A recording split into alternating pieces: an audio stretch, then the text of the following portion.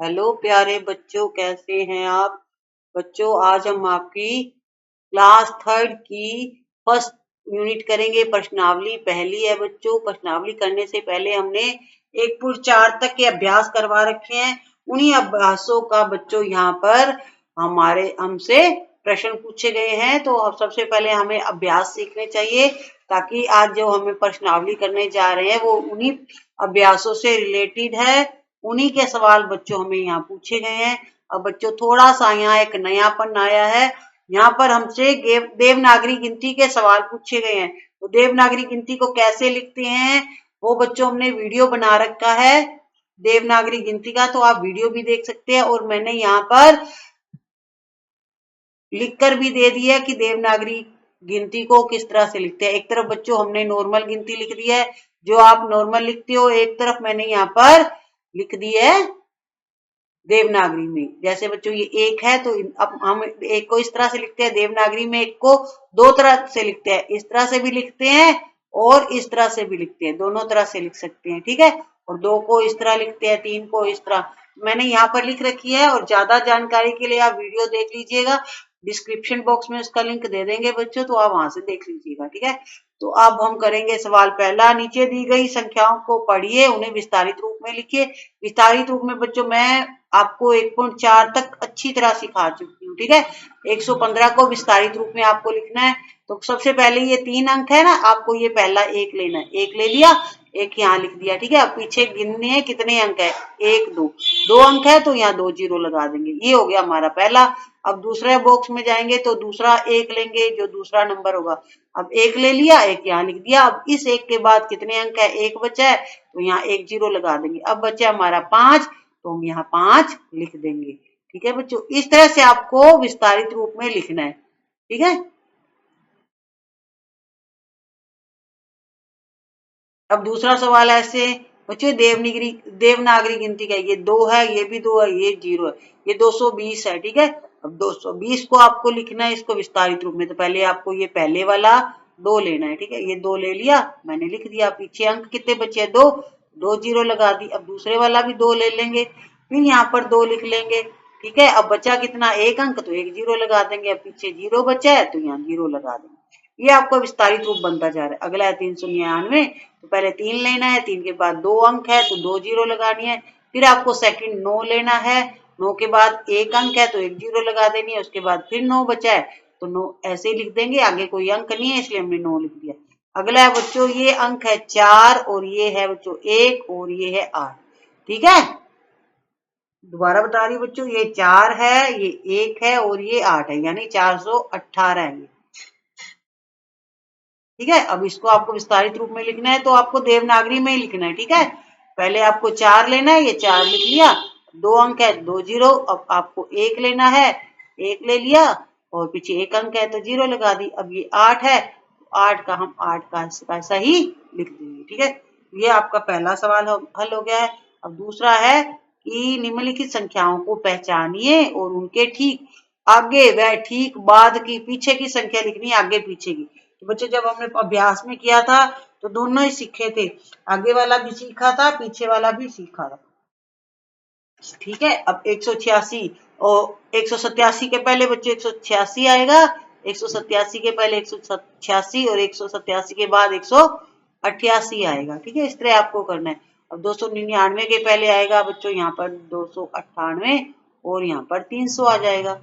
अब ये क्या है बच्चों, ये 3 है, ये 1 है, ये 0, यानी 310 है। तो 310 के पहले बच्चों आता है 309। तो आपको देवनागरी में लिखना है 309, देवनागरी में लिखना है। और 311, 10 के बाद आ जाएगा 11, ये लिख दिया 3 और ये मैंने लिख दिया 1 और ये लिख दिया 1, 311। अब ये बच्चों है 400।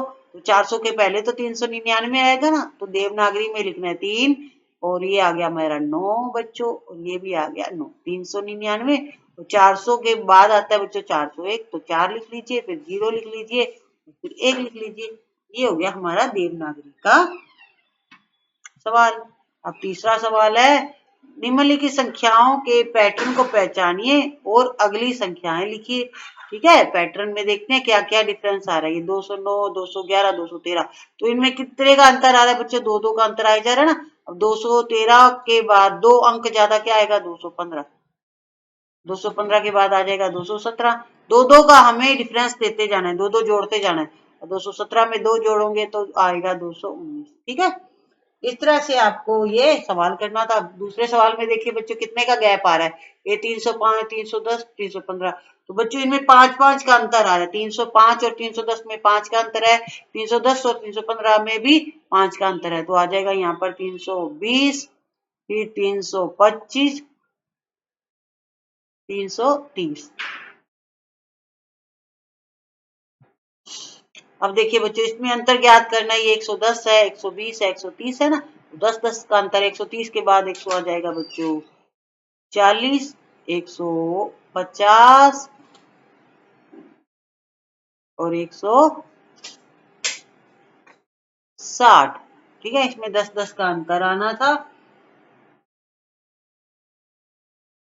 120, 118 और 116। ये देखिए बच्चों ये घटते क्रम में आ रहा है, हम रिवर्स जा रहे हैं। इसमें घटाना है। 120 में से 2 घटाए तो 118, 118 में से 2 घटाए तो 116। अब 116 में से 2 घटाएंगे तो आएगा 114।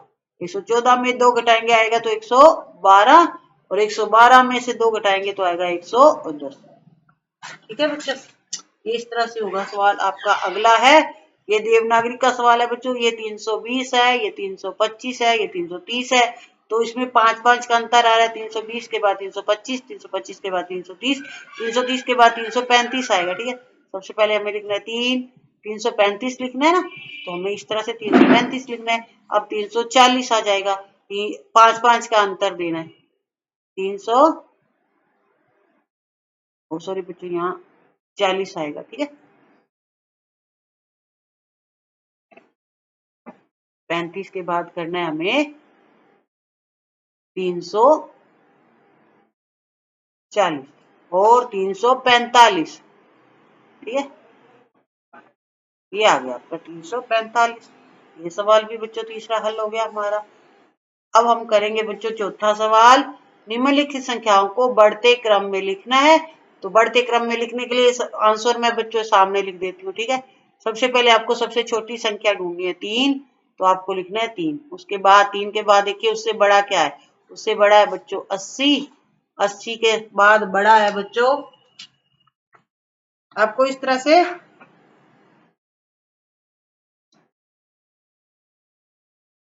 बढ़ते क्रम में लिखना है। 3 के बाद हो गया 80, 80 के बाद बच्चों आएगा आपका 103 है उससे बड़ा। 103 के बाद है 125। आपको बड़े से बड़ा ढूंढते जाना है आगे। फिर आएगा 220, 220 से बड़ा है बच्चों 339, और फिर आएगा आपका 500। ठीक है, ये सवाल हो गया आपका पहला। तो आपको बढ़ते क्रम में यानी सबसे छोटी उससे बड़ी, उससे बड़ी, उससे बड़ी लानी है। अब सेकंड का बच्चों मैं आंसर सामने लिख देती हूँ। ये देवनागरी का है ना, यहाँ पर सबसे पहले 5 आएगा। देखिए ये 5 सबसे छोटा है, तो 5 हमने ले लिया। 5 के बाद बच्चों आएगा आपका ये 13। 13 के बाद आएगा बच्चों, आपको ढूंढना पड़ेगा इस तरह से। ठीक है,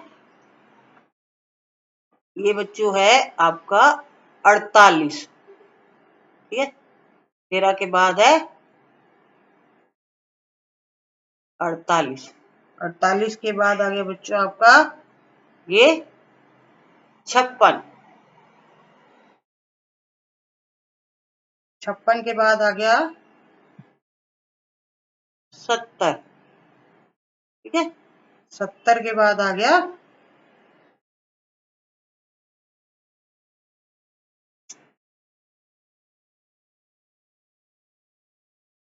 137।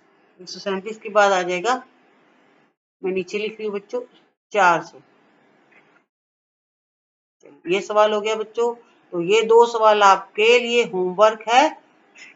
बढ़ता मैंने तरीका आपको बता दिया कि किस तरह से बढ़ते क्रम में लिखते हैं, तो ये आप स्वयं करिएगा, प्रैक्टिस करिएगा।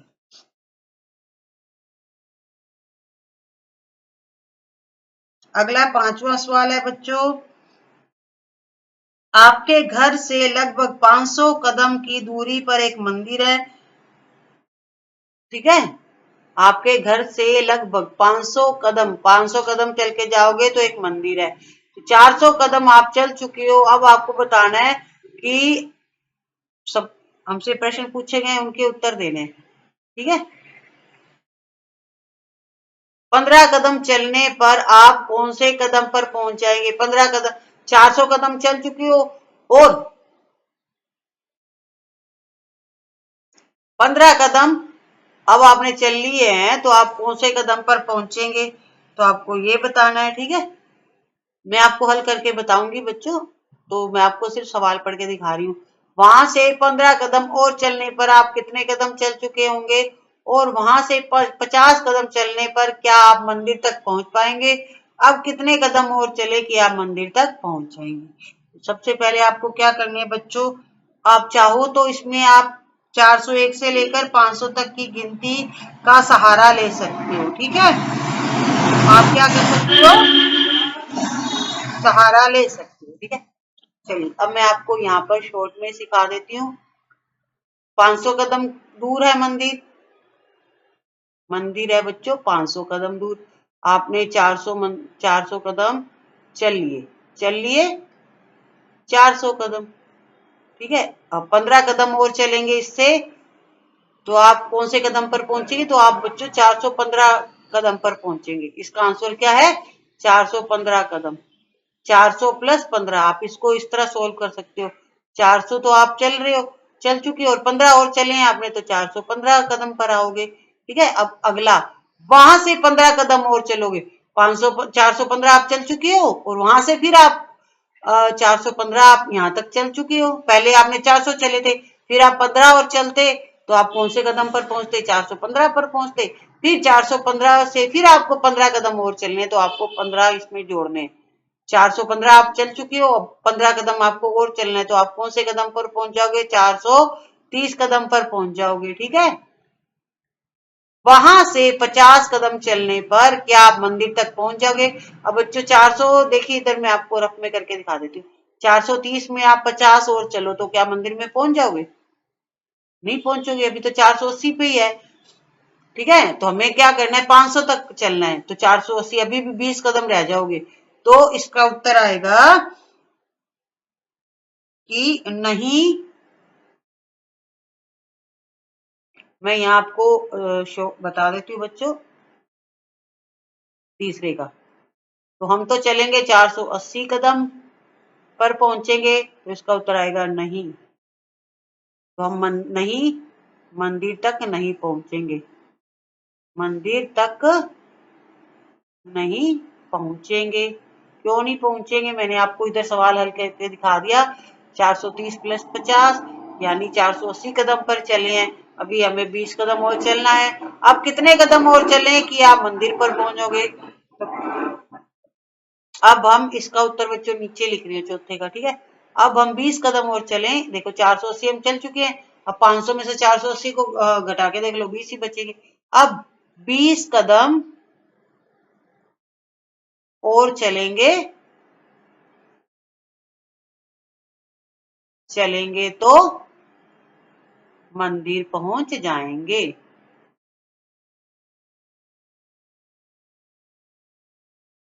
ठीक है बच्चों, ये आपका सवाल था, प्रश्नावली थी आपकी ये।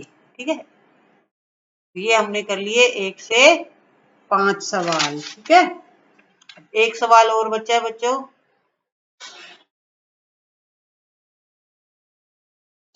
अब आपका सवाल है कि आप इसको, जो मैंने अभी आपको सवाल हल कराया है, वो 401 से 500 तक की गिनती लिखकर आपको इन प्रश्नों के उत्तर देने हैं। ठीक है, तो आपको 401 से 500 तक की गिनती देनी है।